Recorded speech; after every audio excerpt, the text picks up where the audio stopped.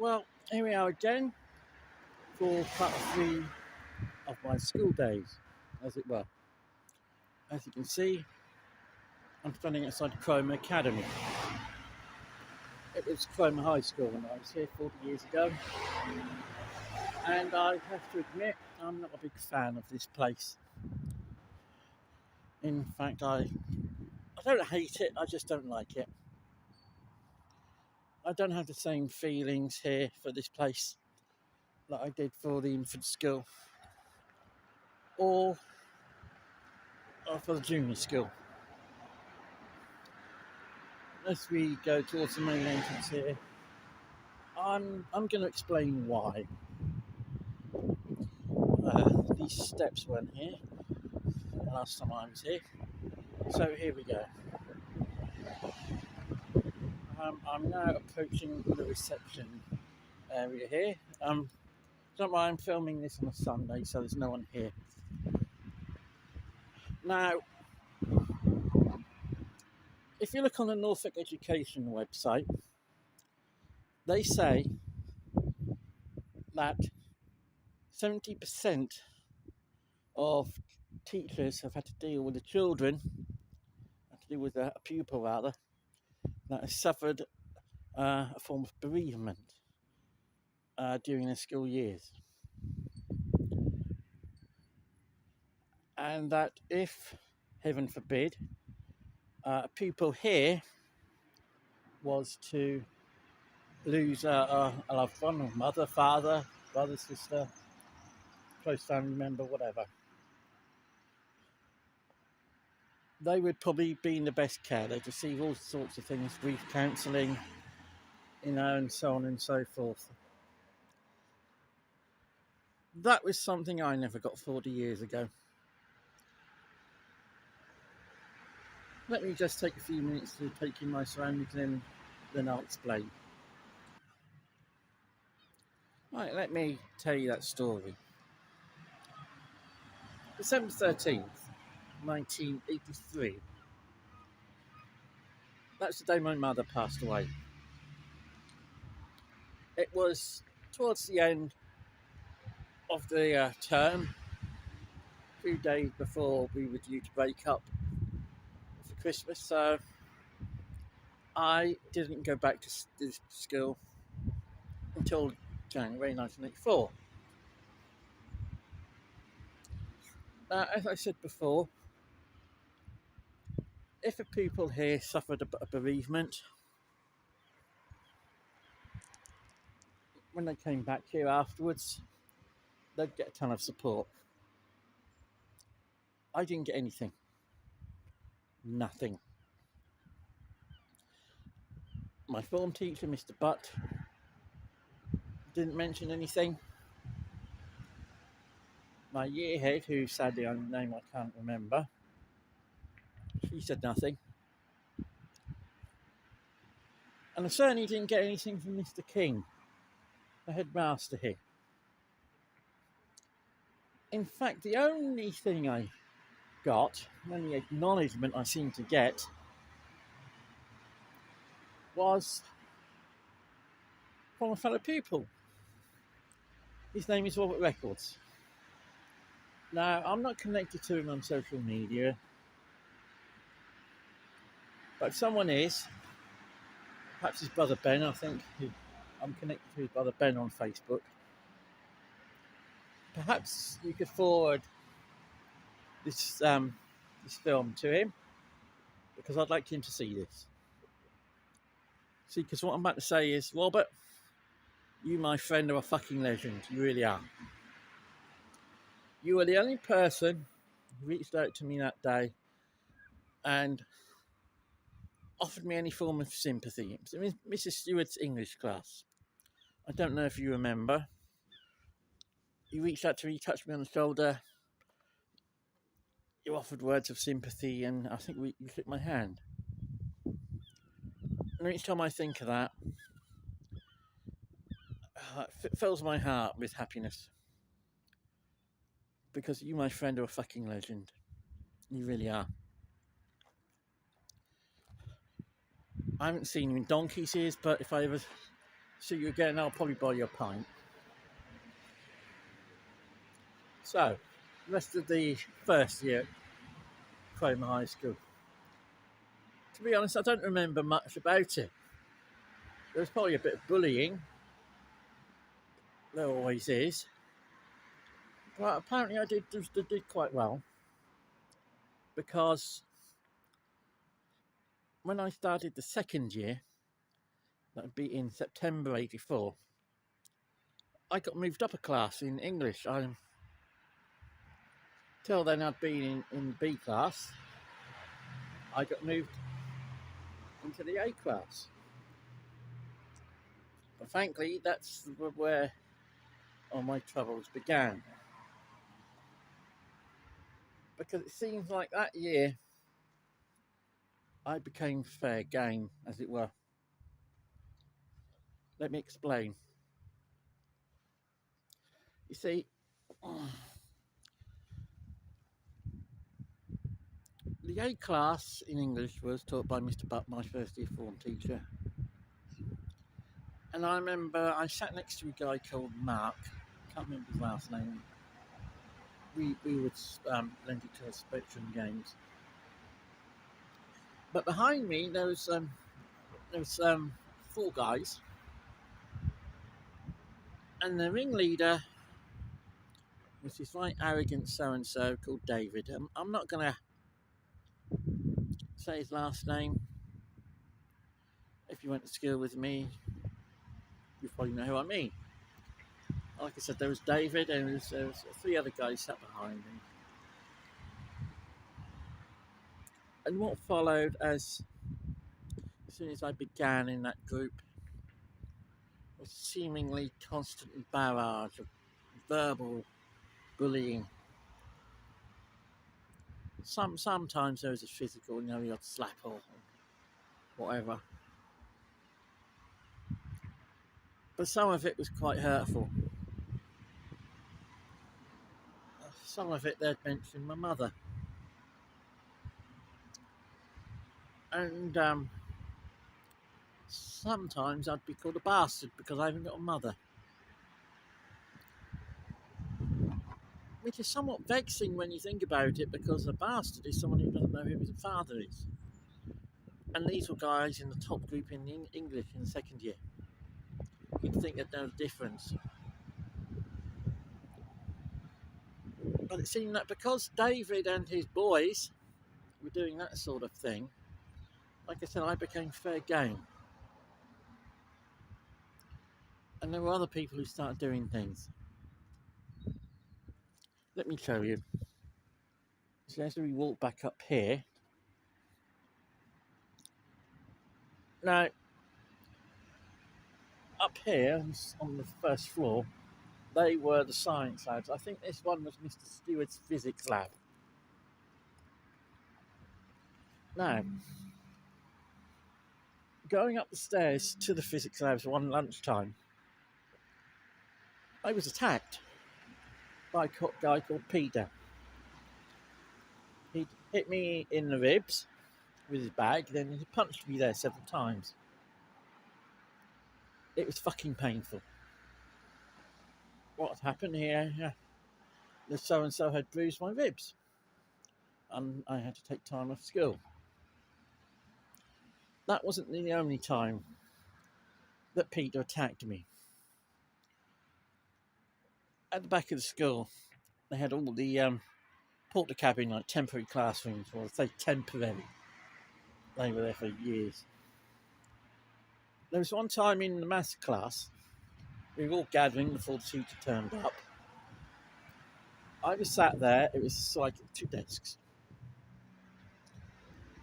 Peter came in, there was 2 spaces left. One next to me, one next to a girl. Now Peter didn't want to sit next to an icky girl. No, he didn't. He ordered me to move because he didn't want to sit next to me. I said no, I refused. I stood my ground. Peter proceeded me to hit me in the ribs again, and again, and again. Those ribs were bruised again. But that wasn't the only thing that happened here. You see, as the bullying and that went on, because of what these guys were doing to me, others thought they could join in. And like I said, I was becoming fair game. For instance, as you can probably see, I'm quite pale complexion. Everyone who was taking a shot at me would call me things like albino, you're a ghost, what ghost have you seen, blah, blah, blah. And there were other things as well, like for instance, I think there was this guy, his name was Frank or Francis or something like that. He'd make jokes of the way that my mother died. Because I just didn't want to come to school. Whenever I had a slight illness, I would sort of like grasp it and try and convince my dad to let me have time off school. And that was a lot of time. And because I was having a lot of time off school, the kids got worse. They grabbed onto that as well. And they were saying things like, I was a drug addict, I was a heroin addict, that's why I was having time off school. These guys were obviously big fans of Grange Hill at that time. And there was another thing they kept saying. The reason that Julian's having lots of time off school is because he has AIDS and that he needs treatment. The fact that I was having a lot of time off school was because I was being bullied and I didn't want to come here. And that I was also grieving for the loss of my mother. Because if you've read my blog recently, you'd know that it was around about this time I kept having dreams about her. About how she hadn't died, she'd just gone away and she came back. So like I said, it got to the point where I didn't want to be here anymore. And I remember there was one morning, I wrote a list down of all the people who were doing their stuff on me, going to town on me. And I left it for my dad. My intention was to just go. I don't know if you could say I was suicidal, but my brother John saw me. My dad came back from work. My dad got in touch with the school that day. There was meant to be a meeting the following morning. Through these doors, just in there, with Mr. King. So that morning, my dad drove down here. I think my brother John was there as well. It was actually my brother John who took me in there. We waited there. Mr. King didn't even fucking show up. He was too busy. Instead, I think it was Mrs. Francis, who was the year head for the second year then. She tried to convince me to go back to the classroom. And I was having none of it. I was in tears. I was just too scared to go back into the classroom to see any of the bastards who were doing their thing on me. Eventually my dad came in and we went home. That wasn't the last of it though.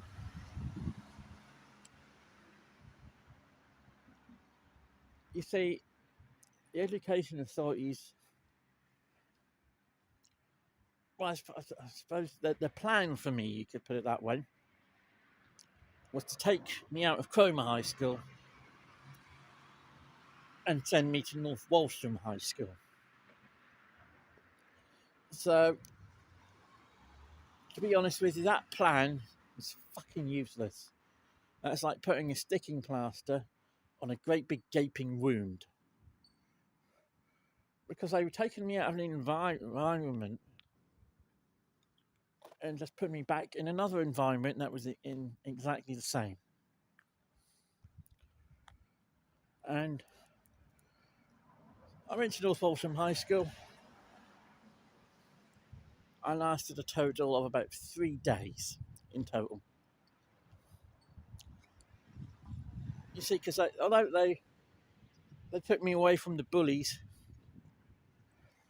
they just weren't dealing with what was going on up here. The psychological problems. The psychological problems of my mother's death and me still trying to come to terms with that.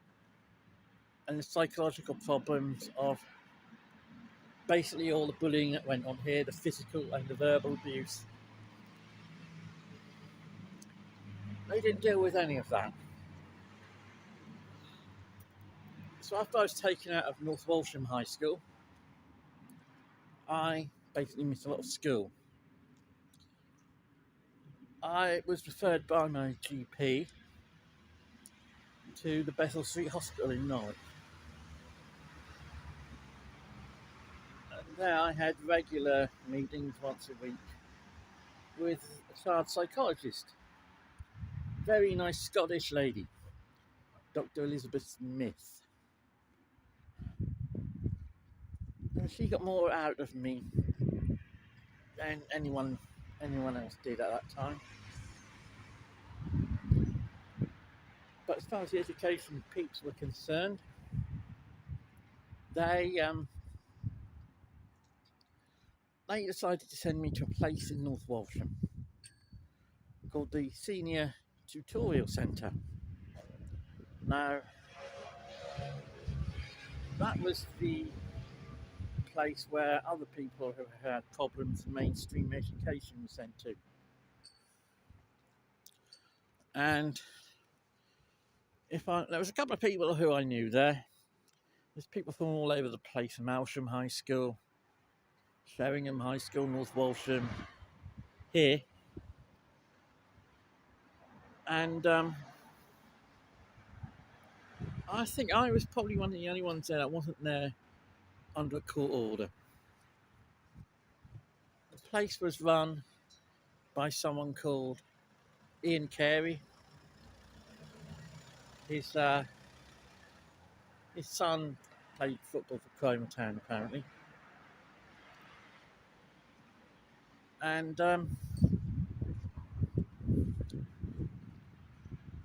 it was okay, I suppose, but the problem was I did okay there, but there's bullies there as well. Everywhere there's bullies. Kids came and went. The plan was for me to eventually go back to North Walsham High School. That never happened. The two biggest things that I remember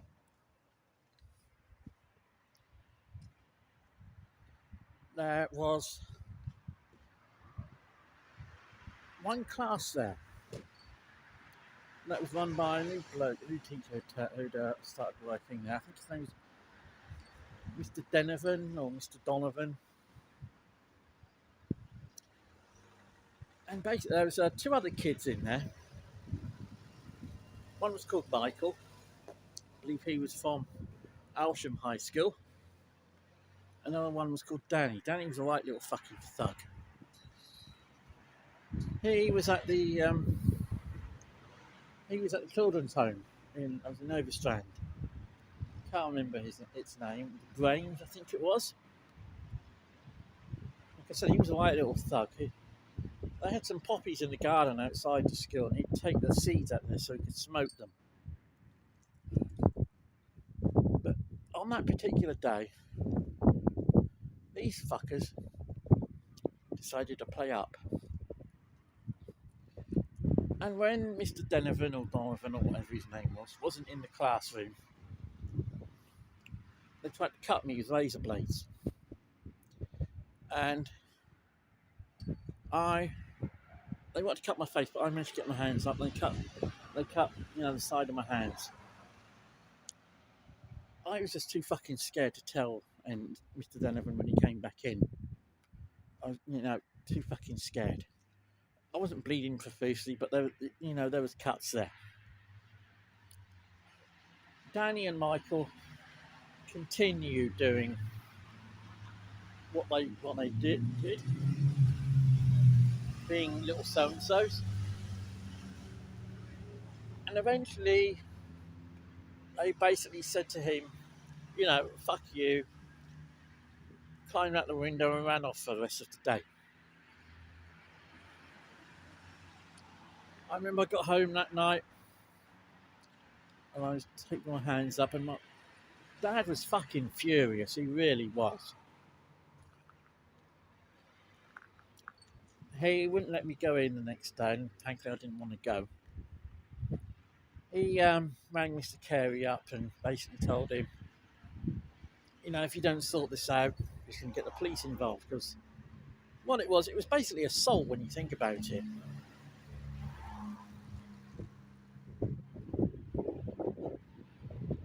About a week or two after that, I think Danny had gone by then, but Michael was still there. And we were standing outside the entrance, school gate, waiting for our various taxis to take us home. Michael started again. There was another guy there, can't remember who it was. And he kept going on and on and on at me. So I thought, fuck this, I'm off. I wasn't going to wait for the taxi. I walked. I would have walked home if I had to, 9 miles. As I was walking away down that street from the school, he ran up to me, kicked me in the back, sent me flying. And that was really painful.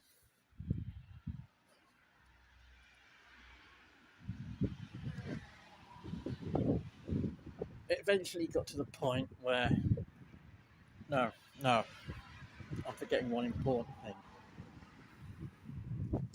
After all that happened,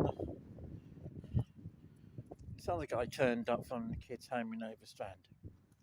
You probably read my blog, so you might know who he is. His name is Anton. Anton was as bad as David was here. Made my life a fucking misery. But I think what hurt the most with that is guys who I'd been friends with while I was there. Anton turned them against me. And they started bullying me. Physical, verbal, whatever. It got to the point where I didn't want to go there either. Although I was still going to... I think by that time, my treatment at the Bethel Street Hospital had finished. But I remember there was one day I just had enough, and I left a note for my dad. He was in the front room, and I sneaked out the front door, and I went off into town. Taxi turned up. Dad couldn't find me. I went down to Cromer Pier. You can probably guess what the intention was.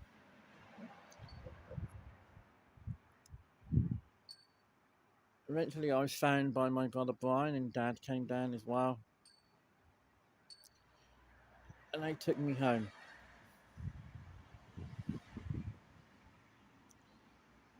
Dad knew he had to get me out of that place. And after consulting with my GP and consulting again, with Dr. Smith,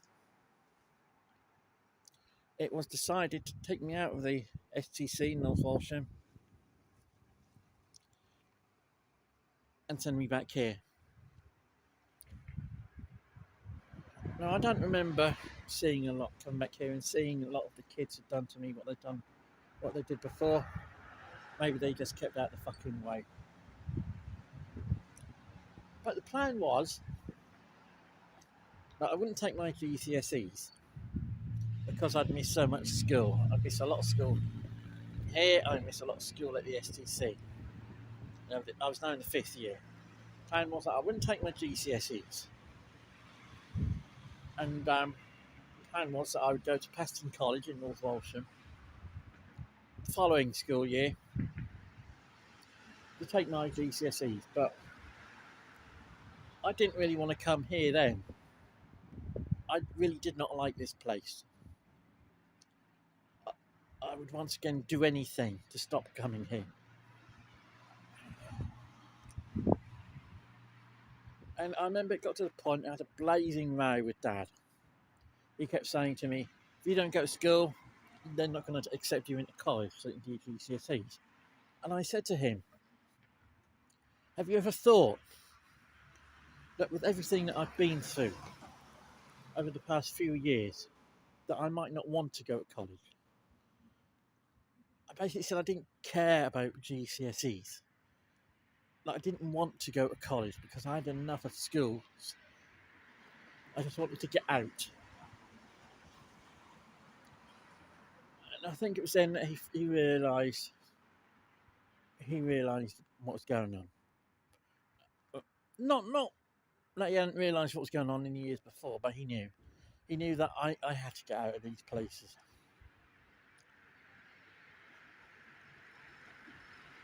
So, the thing is, my problems didn't just end as soon as I left this place the second time. No, they didn't, because you see, your school life is meant to prepare you for adult life, isn't it? I think I was quite unprepared for adult life for the few years after I left this place. Not prepared psychologically because of everything that had been going on. I mean, I had no ends of jobs when I left this place in 88 to about 95, and I continued to try and get out of doing them as much as I could. Even though there was a couple of them I did really, really well. But it wasn't until about 1995 where I finally found a place that I thought I belonged.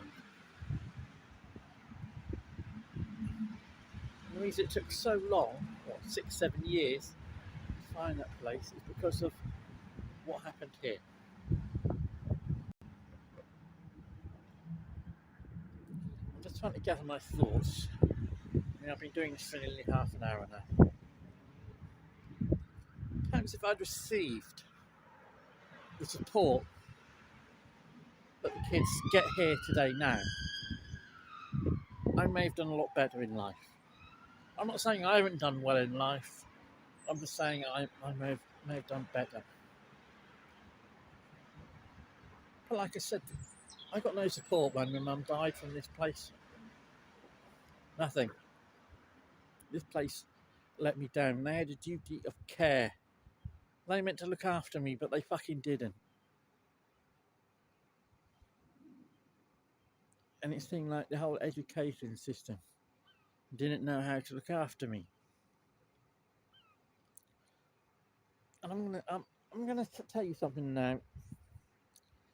For a few years now, I've been considering doing this, but I probably won't. I may do.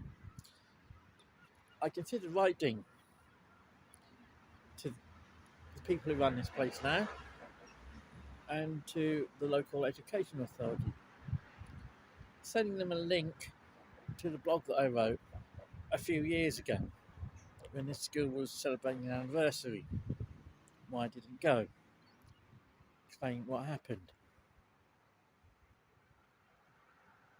Why, you might ask.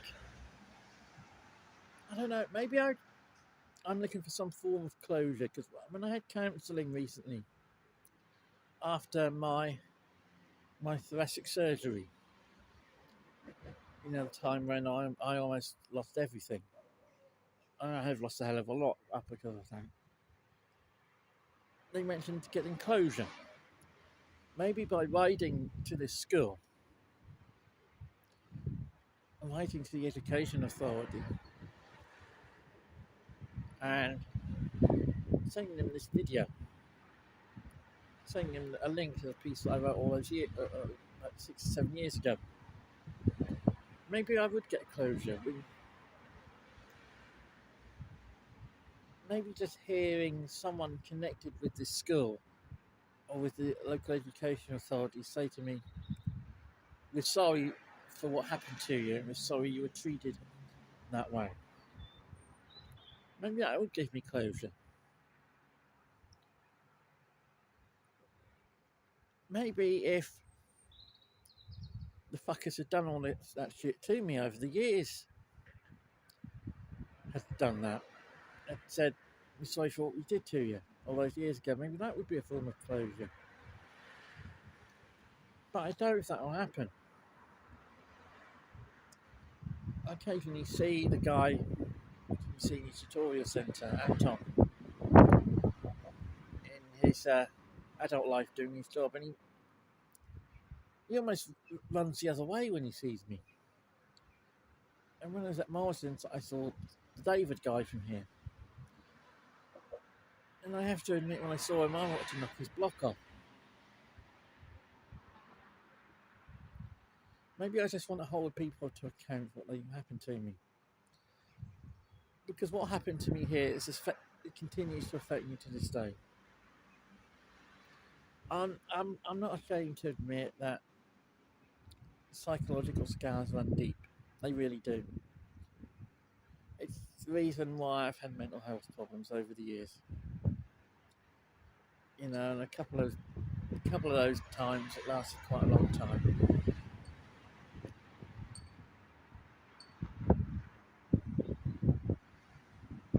But I don't think that's going to happen. The people who will probably help me in this place, most of them are probably long gone. And I don't think those bullies will do anything. You can see now why I said at the end of my piece at Cromer Junior School that this is going to be a lot different. It was.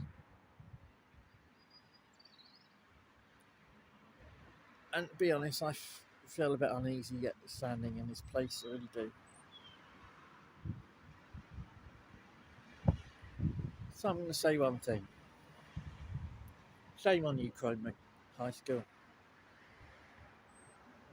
I hope you're ashamed of yourself for what you did to me. I really do.